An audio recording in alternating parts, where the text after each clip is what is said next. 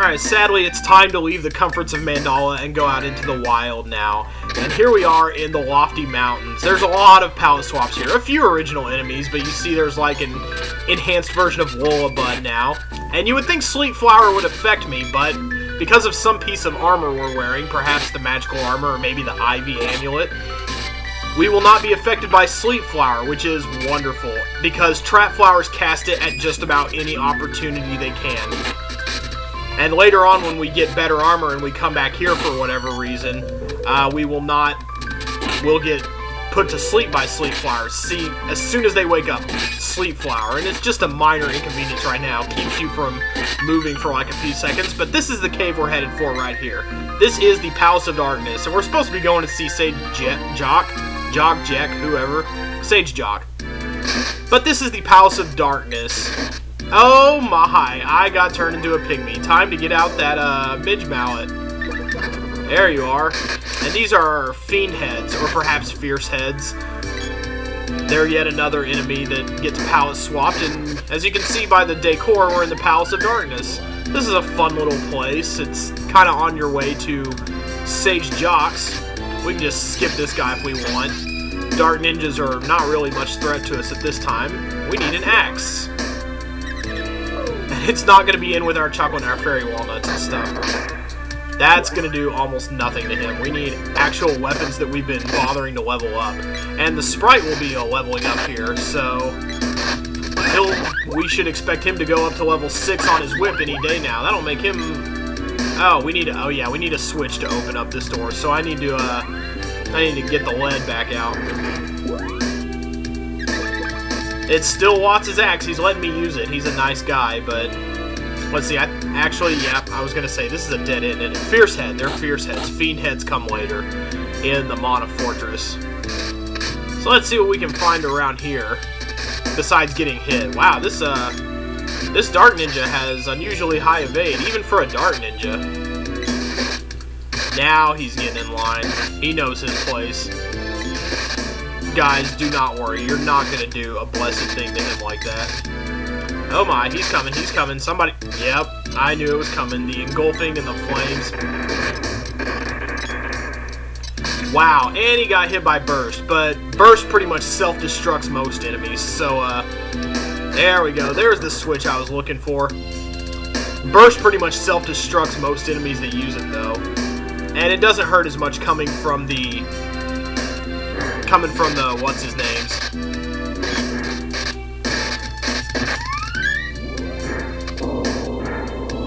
What are we getting from this guy? I have totally lost my train of thought. Oh, the Dark Knight gets whacked. Oh, God. Doom traps are terrible. They will either send you down to 1 hit point, or they will kill you. So you gotta be really careful about the chests you open around here. If you get a Doom trap, you could be in big trouble. So have your cups of wishes ready. I got lucky. I'm still alive. Insert Jonathan Colton joke here. But, you want to be really careful with the Doom traps and the whatnot. Dark Knights are pretty much as easy as Armored Men. They're just a version of the Armored Man that's, palette-wise, much more suited to this palace. Hey, what have we got here? Wall is like Lucid Barrier, except it prevents us from using magic. And you can see how he can levitate himself with his mace now. That's kind of a cool trick, but it doesn't really do much in the way of protecting him from us. What is in this chest? It's not a Doom trap, because it was just sitting out there in the open. $1,000, okay. Who is casting Lava Wave? That's just wonderful. Nobody is casting Lava Wave, that's who. I don't think so, Pard. But yeah, Wall protects from magic, whereas Lucid Barrier protects from physical attacks. But we don't use magic while we're just running around killing regular enemies. So, it's really not much. What's through here? Oh, this is just a dead-end wall. How about that? I feel like we missed something at the beginning that's going to be important. We went a way that we shouldn't have gone, perhaps, and now we're missing something sort of valuable. What's up this way? Let's just go. Let's get out of his way. Alright, and a whip will help us get across the way there. I don't think we can Let's see, what's through here? Yep, yet another dead end. Wowee. That's just wonderful. Alright, let's switch over to Sprite. Wow, yet another whacking in progress. There's that switch, so we need to backtrack and go around now. Should I open this? I don't think I should, but I'm going to anyway, especially with the Sprite. It's generally a bad idea to... Oh, hey, a fairy walnut, nice. But yeah, it's generally a bad idea to open chests with the Sprite, so we'll be right back when we're back around there. Okay, before we move on, we do want to go back to the beginning because now another door has been opened. Let's just try to get by him while the getting by him is good. And see, now this door that was closed at the beginning is now open. And through it, I believe, is an orb of some sort. Yep, right there, just sitting waiting to be took. I think it's a gloves orb. Alright, man. My orb memory serves me well, so let's get out of here before we get pygmized too terribly badly. Let's just kill him right in the doorway. We'll leave him for the fiend heads to deal with. But now we can go this way. Back up through here, back up, back up, back up. And now when we use the axe to go this way, cut through these dealies. That's going to do like no damage to him whatsoever. Once we get through the parade of Embermen, there's that door we opened up. Now we can make our way through the palace some more. I do not think we're far from the end, actually. This puzzle-solving part makes up the bulk of the palace, actually. And a treasure chest is blocking my door, so why not pick it up? Another fairy walnut that won't fit. Sad, sad times. Embermen, they're easy to kill as always. You should always try to go after these guys. Anytime you can really just dominate an enemy and not get taken out by him, you should take the time to stop and kill them, particularly if they're regenerative, like the Embermen. So now this is a fun little part. You go through here. Hey, Imp. I didn't know you were over here, but now that I do know, you're dead. Alright, and the whip is up to level 6 for Sulfur. He's now got the most powerful weapon out of all of us. Get him while he's down, fellas. He teleported from off the ground. What a cheapo. But this is a fun little part. You just get to go through, basically, and make these little fire bridges, walking over the black void. It looks really cool, actually. Actually, I think there's something up here. Some way you can go up here. It's a dead end, as I recall. There might be a door. Nope, nothing. Just palace wall in your face. And just walk across the flame bridges. Hidden switches, finding your destination, nothing over there. But we're going to be coming up on a boss shortly. And he's not so bad. His name is Lime... Wow. I got engulfed by an Emberman. I feel really sad right now. Oh well. Just a few hit points. It's like getting poisoned. No skin off my nose, really.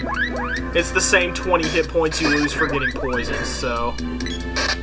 There they go, regenerating. Uh-oh, lava wave. That sounds slightly more dangerous. Oh, yes, that's quite bad. Maybe we want to get out of here. Maybe these Embermen are a little bit out of our league. Or not. We can just sit here killing all day. I don't care. We'll do that, too. We'll kill as much as we need to. Here he is. Here's Lime Slime. I, Shade, will test you. Shade is not evil, though. He's just...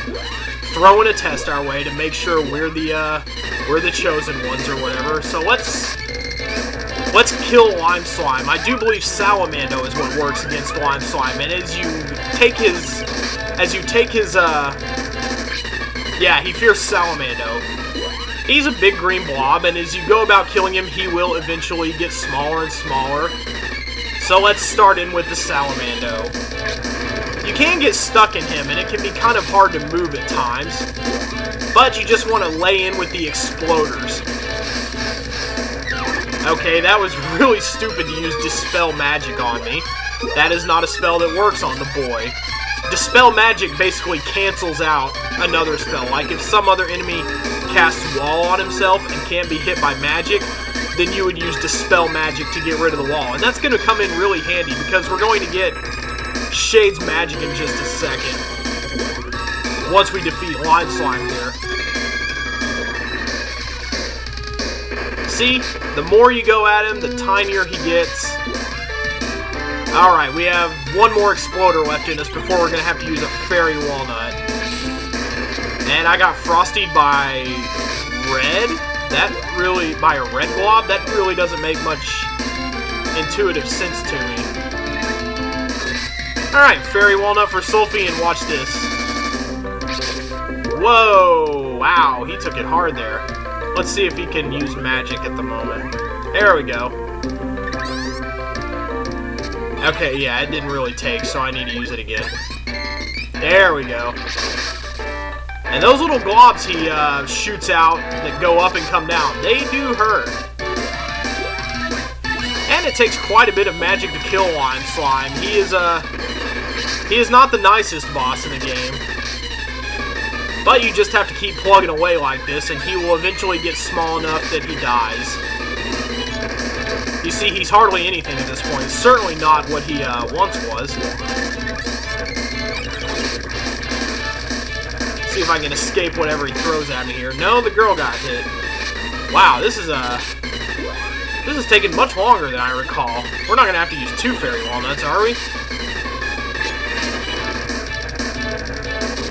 There he goes. Now down he goes, and we can get out of this vague, scary crystal room. And we will meet Shade, which means it's time to get our magic up to level 5 eventually. I'll wait till the end of the episode to do that, however, off camera.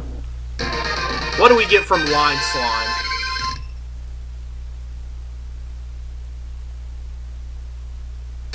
Oh, we're kind of stuck in here, but everybody reached a new level. That's good. It'll tell you what you get when it fades back in, don't worry. It's just a crappy Javelin's orb. So let's go up and let's get Shade's magic. Only the sprite gets Shade magic. He's talking to the sprite. Not you, girl. Not you, girl. You don't get Shade. You'll get Lumina later, which is better and overall more useful. So let's seal the power of that sea. That was a pretty easy palace there, actually. So you just make a quick stop, and all of a sudden you're able to get your magic up a little higher. Let's go ahead and magic rope our way out here and continue making our way up the mountain. We've still got quite a bit of time left around here. Now let's go on out, back to the trap flowers and the bombees and the whatnots. Bombees can... I forget what bombees do precisely. I think their stingers are like missiles somehow, but not that we'll ever know because they spend all their time on their backs. Oh, hey. This is probably not the best idea in the world, but I'm going to do it anyway. Medical herb. Okay, that's great too. And just continue making your way up the mountain now. As you go up this way, we'll be going to meet Sage Jock. His cave is at the top of the mountain. And this is not as great a test of your skill as you would think. We're actually doing pretty good. Our armor is up to date. Be sure to stop in Mandala first. If you don't stop in Mandala and get the armor, then yeah, you're going to be boned. And now we fight the Eggetresses. They're pretty easy.